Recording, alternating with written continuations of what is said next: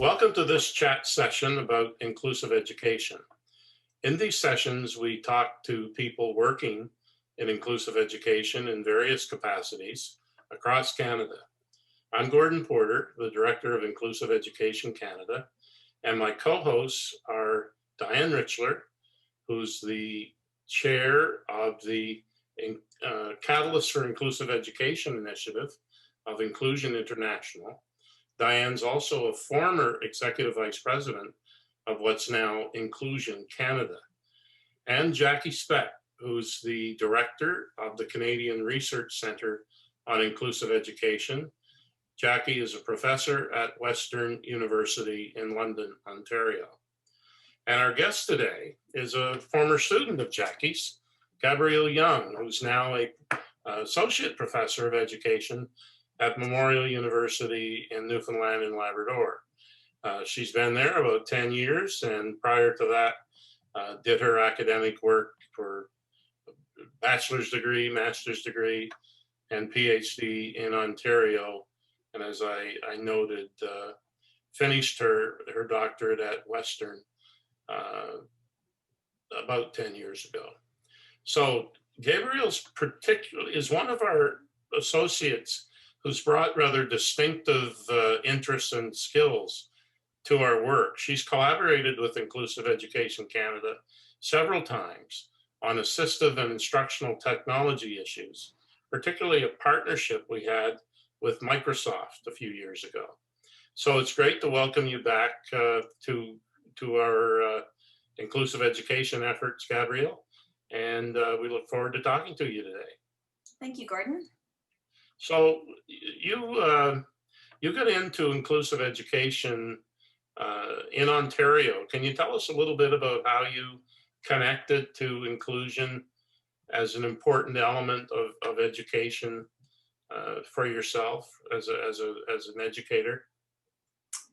Sure. So when I completed my teacher's college degree, I knew there was a lot to learn around supporting students with exceptionalities. And so right away, I knew I wanted to pursue further training in this area. So upon completing my BEd teacher's college, I started my master's at Western University in a program called Educational Psychology and Special Education. And it was there that I met Jackie Speck. We did our first research project first research project for me, I should say, and I became interested in assistive technology. Back then, it was different types of technology that supported students to work at grade level or to communicate effectively. And so I became very interested in how programs like Kurzweil provided text-to-speech, programs like Dragon Naturally Speaking provided speech to text, or how programs like Inspiration supported graphic organizers. But the truth is, graphic organizers could be used by all students, not just those with learning disabilities. So I became really interested in how this technology could be used universally to support all students. So back then, around 15 years ago, students would get their own laptop. They would have these expensive programs added on. Programs like Kurzweil were really effective in regards to text that was scanned, could be read out to students. But back then, the technology kind of had a robotic voice. It was quite expensive. And even programs like Dragon Naturally Speaking required a lot of training. And so one thing I've learned is just how quickly technology can evolve. And so since working as a professor at Memorial, or as an associate professor, I've become really interested in how some of those previous features are now included in typical apps, whether it's Google Chrome extensions, and how classroom teachers can allow all students to be exposed to this technology. I think we've always been trying to support all students, whether or not they have learning disabilities or are gifted on either ends of the spectrum. But back in the day when only some students received technology, oftentimes that technology was abandoned due to issues such as stigma or not having a good student technology fit. So I'm now interested in how this technology can be made accessible to all students in a framework of universal design for learning. So that's my introduction to inclusion from a technology lens, but there's so many other reasons why it's a passionate topic for me. So what you've said, there are a lot of things in there that I don't know anything about.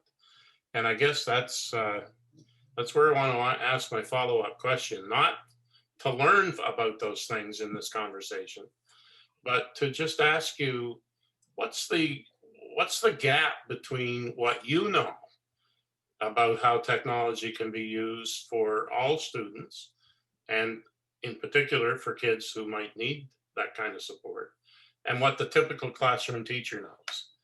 What's the gap there? Do you find there's a big gap, and how do you see that being broached? That's a great question. The teachers that are leaving Teachers College now, we consider them digital natives. That means that they were born with technology and they know how to use it in order to read text messages or navigate the web in various ways. But I think in regards to providing training for how technology can support learning, a lot can still be done. And I think even for students, just because they can navigate the internet effectively, it doesn't necessarily mean that that transitions automatically so that they know how to use these tools to support learning. So I think a classroom teacher's job right now is to encourage students to become aware of different organizational supports or how tech can guide them in the learning process. So how might we see that happening within the classroom? What could a teacher do to support that in her students or his students? That's a great question. So I think right now, because of COVID, we're seeing various provinces go through phases of lockdowns and we're using kind of online and remote teaching. And I Mhm. think there's ways that that can be done well. So what I'm seeing is that oftentimes teachers are recognizing that there's a social component of learning. So they're making environments where students can connect with others. Um, and when it comes for students with specific learning disorders, we talk about like learning gaps and what the Matthew effect looks like. So oftentimes, if an individual doesn't learn to read by grades 1 to 3, by grades 4 to 6, they're progressing to the expectation of reading to learn. And so technology can provide different kinds of avenues for small group instruction to help remediate reading deficits so that students can close that learning gap and continue to move forward. So I know that here in Newfoundland, we're investigating how programs like the Barton system can be used to provide online tutoring. So there's ways that technology can be used as a means to meet students where they are.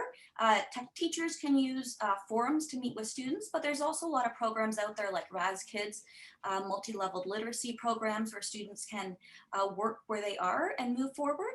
And I think when we think about older students with learning difficulties, oftentimes you might see comorbid areas of difficulty. So an individual might have a learning disability, but they may also have ADHD or difficulties with organizing their thoughts prior to writing. And so I think teachers can expose all students to different templates to support writing, graphic organizers, and we talk a lot about peer coaching. So there's ways that students can work with each other in seeing tasks to completion, and where perhaps resource teachers can kind of step in and coach students as they work through independent projects, whether it's chunking projects into smaller groups for them to be successful. But there's many different ways where we can be innovative in how we're using tech to support learners. So this sounds like science fiction to me. It's not, at all what my experience has been. And I guess what I'm wondering is that the schools or the systems that you're working in, are these practices being universally applied, or is a lot of this still experimentation and research and trying to figure out the best way to apply the technology more broadly, more widely? Well, that's a great question. I know that in our province, when we first had our lockdown, we were trying to encourage a one-to-one student to technology ratio. And so there was a big push to have individual students have Chromebooks. And I think there has been a push towards using Google Classroom. So I alluded to kind of technology when I first started my talk in regards to programs that provide text to speech, speech to text, graphic organizers. But a lot of those functions are now provided within extensions for Google Chrome. And so I think we're seeing classroom teachers now introducing all of those students to those kind of apps that can be added on so that it's not just a student with a reading disability that uses these kind of programs, but any student can highlight a piece of text and perhaps click on it and access the definition and the interpretation if it's perhaps a complex science term or something they're not familiar with. So I think we are seeing a move towards more universal access to technology. In the past, an individual would have an individual education plan. Perhaps technology would be recommended for use on it, and they would get their own device. But now we're seeing that a lot of these programs are being purchased at a site license level so that all students can access them and use them, not just those with identified exceptionalities. but how much support would the students who are having some difficulty, how much support would they need in order to use those programs? Great questions. I think all students, if we move to an online learning environment, need a lot of support in figuring out how to access their class shell, open up assignments, and things like that. And I think that students with specific learning disorders also need that kind of support. So technology is great, but I think teachers need to model to all students to think about how it can be used to support their instruction. It shouldn't be just something for those students. It should be a strategy that's introduced to all students. So just to follow up on that, because I was on participated in a webinar recently organized by the World Bank talking about the impact of COVID and distance education, particularly for learners with disabilities. And in one of the summaries that was given, and I'm just looking at the quote here, he said that remote learning is not remotely effective. And he was speaking specifically of situations where families would not be able to support their family member with a disability. Is what you're saying that really with the use of appropriate technology, that's not such a challenge? Well, I guess I need to clarify that my primary area of research surrounds students with specific learning disorders. And that means that these individuals have they're quite capable in regards to their ability to think abstractly, but because their brain's wired a little bit differently, they may be less efficient in regards to their ability to decode information or, engage with written text. So I'm talking about students that have specific learning disorders as opposed to individuals that have more perhaps intellectual disabilities. Okay. We know that a lot of students will require support in regards to accessing the technology.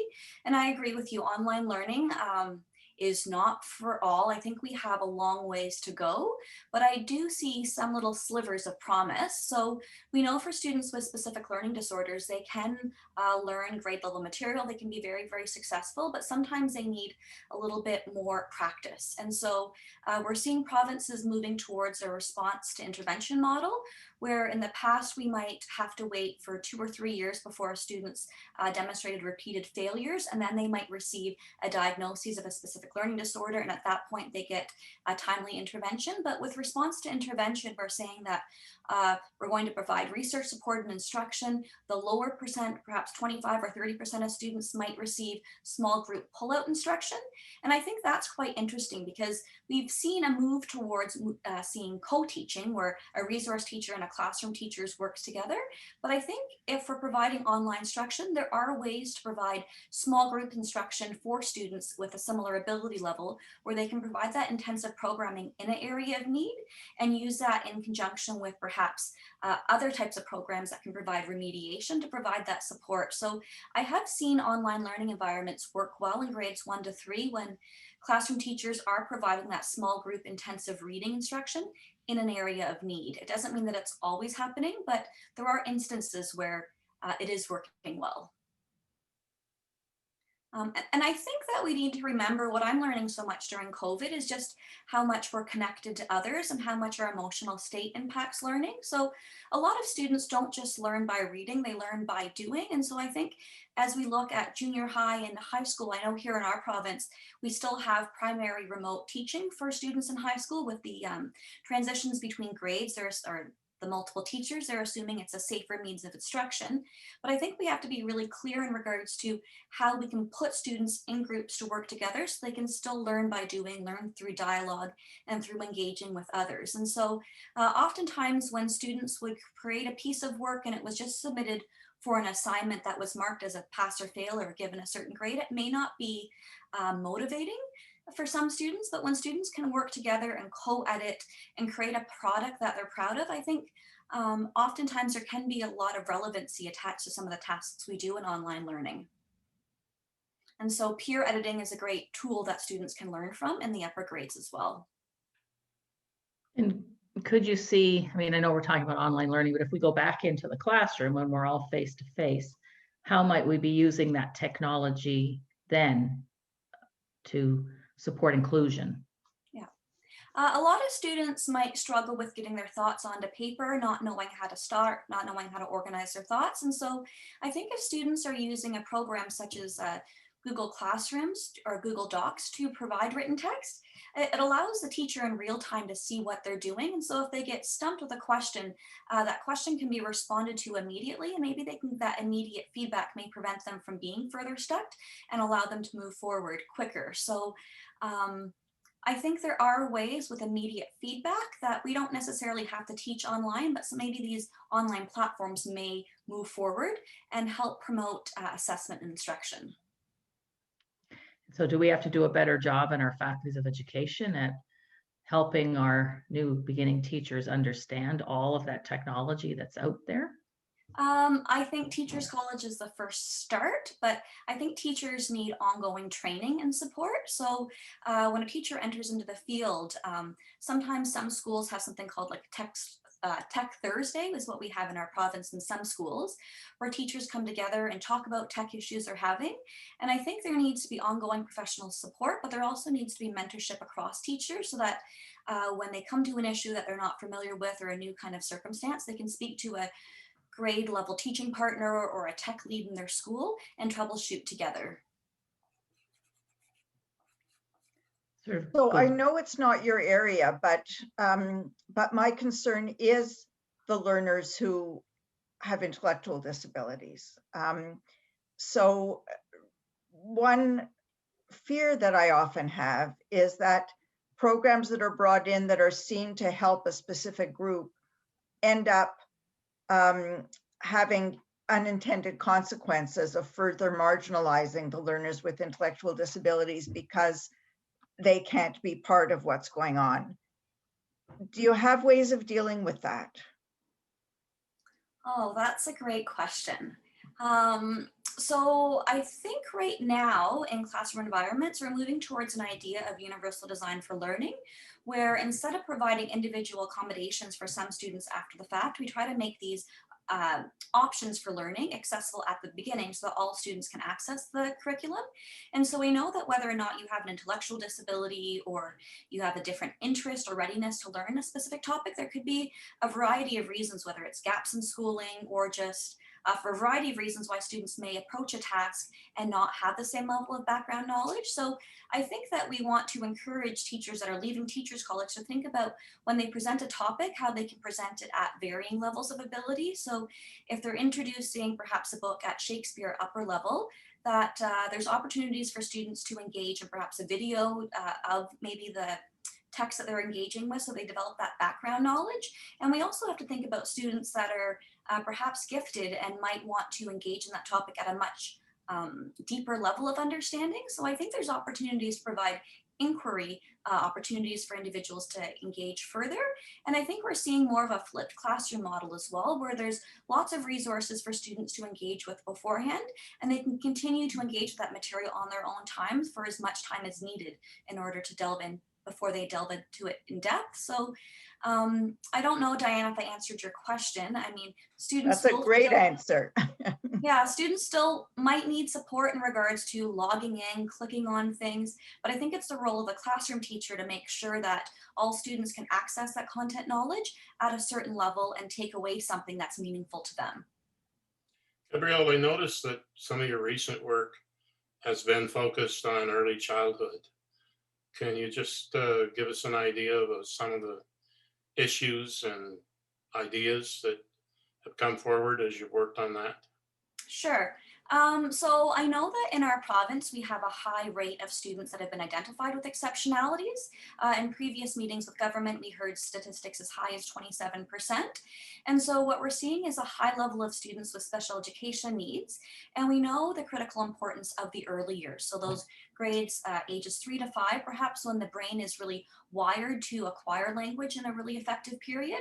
We know that individual home environments all vary. We know that the degree to which the child is spoken to perhaps impacts their ability to acquire literacy skills in the future. So we know how critical those early years are. And so I worked with my colleagues, David Philpott, Sharon Penny, and Kimberly Mage, and we actually looked at research in the last 60 years in regards to impact of early interventions and their ability to protect or prevent against later diagnoses of special education needs. And so what we found was that when there was accessible, high quality early childhood education, I want to just specify the high quality. That refers to teacher to student ratios. There's a myriad of factors there, but when there is high quality access to quality ECE, it's not just our students that are most at risk, but all students can actually be quite successful. And with access to high quality ECE, we actually see in later years the number of students identified with specific exceptionality actually decrease. So we looked at 60 years of longitudinal studies in Canada and the UK and the States as well. And the impact of early interventions impact later literacy skills. It had an impact on the family unit. It actually had long-term impacts in the ability to the ability for individuals to work and perhaps not be involved with the criminal justice system. So the impact of quality early years instruction has been shown to be effective long-term and not just in regards to academic skills. So have the Ministry of Education in your province capitalized on this potential for improvement, or is it a struggle? No, that's a great question. I can't take any credit myself, but we have recently seen a $25 a day early childhood education rollout program. So the government is allocating funds to reputable childcare centers so that if given approval, families can access these centers at $25 a day and hopefully increase the number of individuals that are being enrolled in quality daycare. So the 3 to 5 year old level is all being done in the private sector. It's not in the public sector, 3 to 5 year old early childhood. Like other provinces, we've moved towards a full day kindergarten program, but some provinces have junior kindergarten. From my understanding, we don't here in our province. And so we are trying to close that gap between when parents come off maternity leave and those years in which they may require care so that they're not, especially in rural communities, oftentimes it might have been a grandparent or a distant relative taking care of their child. So we're trying to ensure that there is access to quality childcare if an individual is interested in availing of it. Yeah, rural Canada has a real issue with providing quality early childhood opportunities. Just one reason being the numbers. Yeah. Yeah. What another question I have for you is about schools in Newfoundland and Labrador. If you were asked to sort of just give them a grade on the degree to which they're inclusive of all children, whether they're from an immigrant background, racial, religious, intellectual disability, choose what you might, that when a child goes to their neighborhood school, they're able to be included effectively. How would you say that's going in your province at this time? That's a great question. I think oftentimes the principal sets the tone for how inclusive their schools will be. They're responsible for hiring staff, for allowing certain initiatives to be to the forefront. So I think some administrators do a really great job encouraging classroom teachers to use material that's culturally relevant to ensure that all kinds of families are represented in the materials that they read. So I know that in some communities, there have been instances where perhaps a rainbow sidewalk has been painted in front of the school and there has been families protesting on religious grounds. I know that right now we do have an influx of new immigrants to our province, and oftentimes they're placed at certain schools where they can have an ESL kind of focus in regards to reading remediation. And I think we're doing our best trying to close the gaps, but I think more can be done. I think that we're moving towards seeing inclusion from like an equity and equity and diversity standpoint. And I think we need to do a better job perhaps thinking about how the school is perceived as a place where all individuals belong, where they feel welcomed and accepted. You don't have, confirmed for me if you would, my understanding is that you don't have school districts in the old sense in Newfoundland anymore. The schools are run, do they actually have a school board structure, or they're run directly through the ministry? That's a great question. So since I've been in Newfoundland, we've consolidated our school boards. So now we just have two. We have one English school district and one French district. It's not denominational like it was in the past. Um, So the effect is that, like in Ontario, there are 72 school districts, and they each have their own policy in certain areas. So in Newfoundland and Labrador, the English schools all have the ministry's policy, since there's only one district. Like there's yes, yeah. no gap between the ministry policy and the district policy. When I first started at Memorial, there was a big rollout for inclusive education policies. We have, we call it the Department of Education instead of the ministry here. And so the Department of Education sets policies and then individual schools interpret how it's rolled out. And so I think there was miscommunication or misunderstanding of previous policies. I think some schools interpreted an inclusive model as having like no kind of pullout, that everything happens in the classroom. But I think we're moving towards a new kind of framework. We're calling it responsive teaching and learning. It's an adaptation of response to intervention. And so I think we're seeing how resource teachers and classroom teachers can work together to provide that just-in-time instruction. But you're right, like perhaps Newfoundland could be perceived as more inclusive than other provinces, because other provinces might have demonstration schools or segregated schools where individuals can go to have their needs met. Here in Newfoundland, we don't have that. We do have some programs for students with behavioral challenges, but the needs of all students are to be met within their classroom school. Given the fact that you don't have districts and the ministry, you go directly from the ministry or the department to the school level, it puts even more emphasis on the leadership of the school principal, I would assume. Is that right? Yes, we do have administrators at the school board level as well, but the principals are largely interpreting how policy is being enacted. Okay. And are you involved at all in teacher training? It's interesting. Every province is different. So in our province, we have something called a special education degree, and we're in the process of revamping that and redesigning it a little bit. But here in our province, if you want to be a resource teacher, you do have to have the special education degree program. So it's a 10-course degree program which teachers do to be trained to become resource teachers. And I teach in that program, focusing on learning disabilities and the practicum in special education. And with an emphasis on technology or more generally? That's a great question. We don't have a specific technology course. We decided in our degree program that tech should be incorporated into all courses. But again, it's up to the individual instructor to determine they're familiar with the tech and how that will be, I guess, discussed at the classroom level. So we don't have specific technology-based courses, but I do have modules in my courses where we talk about it to some degree. And have you been doing this long enough to be able to get a sense of how your students can translate what they've learned into the classroom?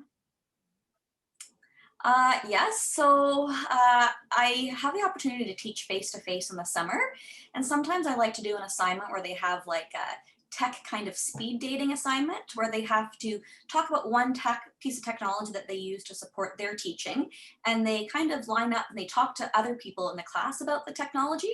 And so I think that every time I do that assignment, I hear in a class of at least 40 students, approximately 40 new programs that I'm not familiar with and how they're using it to support their instruction. So I think there's so much out there that it's overwhelming for teachers. Teachers really just need to hear about what their peers are using and try one tool a year to see if it has success, and then perhaps go back to the drawing board to think about how to do things differently. But technology is great, but really it's how it's integrated into instruction that really matters. And do they have access to resource people to help them with that at the classroom level? And how is that done? Okay, that's a great question. So each school usually has a technology lead. And so right now, if you have an exceptionality, you're allowed to access alternate format text. So sometimes those technology leads may play the role of helping teachers reset their passwords if they need to figure out how to get those alternate forms of technology. But I think the individual that takes that technology lead teacher position, it's oftentimes voluntary. And so I think you could see a range of skills. So oftentimes if an individual classroom teacher had a problem with their smartboard, perhaps a bulb burnt down, they would talk to their technology lead teacher, and sometimes you even have to put in like a ticket to have it fixed. So I'd like to think that that process was a little bit more smooth, but there is supposed to be someone at each school who's supposed to be designated with that role. And I don't know that every classroom teacher knows who their technology lead teacher is. Well, as always, our 30 minutes have gone by very quickly, but we'd like to thank you very much, Gabrielle, for bringing your expertise in teacher education and assistive technology to our conversation today. And I remind people that Gabrielle is one of our network of associates of Inclusive Education Canada. You'll find her page on our website, and we're very happy that she's collaborated with us in a number of projects over the last few years. And wish you well as you move forward. Thank you, Gabrielle. Thank you, Gordon. Hopefully. Great to meet you. You as well, Diane. Nice to see you again.